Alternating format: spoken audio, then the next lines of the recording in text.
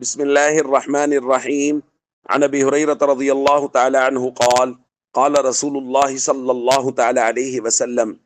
لا تتمنوا لقاء العدو فاذا لقيتموهم فاصبروا.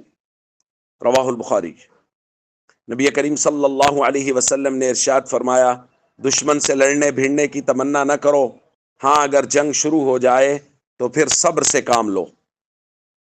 بعض روایات میں الفاظ اس سے زیادہ ہیں۔ فرمایا وصل اللہ العافیہ، دشمن سے لڑنے کی تمنا نہ کرو بلکہ اللہ سے عافیت مانگو، اور اس میں ساتھ ہے کہ اگر دشمن جنگ مسلط کر دے فاصبروا، صبر سے کام لو، واعلموا ان الجنت تحت ظلال السیوف، اور اس بات کو یقین سے جان لو کہ اللہ نے جنت تلواروں کے سائے میں رکھی ہے۔ آج کی تاریخ میں کہا جائے تو اس بات کو یقین سے جان لو کہ اللہ نے جنت میزائلوں کی گھن گرج کے نیچے رکھی ہے۔ جیسا کہ وہ معصوم بچے جو مساجد و مدارس میں سو رہے تھے، وہ خواتین، وہ بوڑھے بزرگ، وہ نوجوان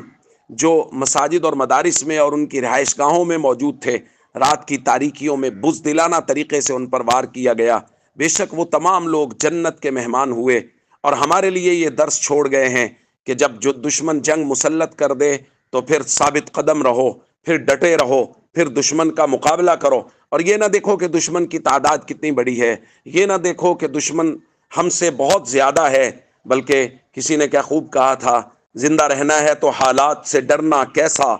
جنگ لازم ہو تو لشکر نہیں دیکھے جاتے،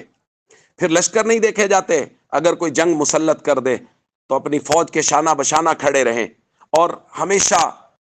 اللہ تعالیٰ سے مدد و نصرت مانگے، اور اگر دشمن نے جنگ مسلط کر دی ہے تو پھر ہر شخص اپنے ہاتھ میں تلوار اٹھائے، ہتھیار اٹھائے، اور ہر شخص موقع اور محل کا انتظار کرے۔ جب ہماری افواج کو ہماری ضرورت ہو تو ہمیں پیٹھ دکھا کے پیچھے نہیں ہٹنا ہے، ہمیں ان کے شانہ بشانہ کھڑے ہو کے دشمن کا مقابلہ کرنا ہے۔ السلام علیکم ورحمۃ اللہ وبرکاتہ۔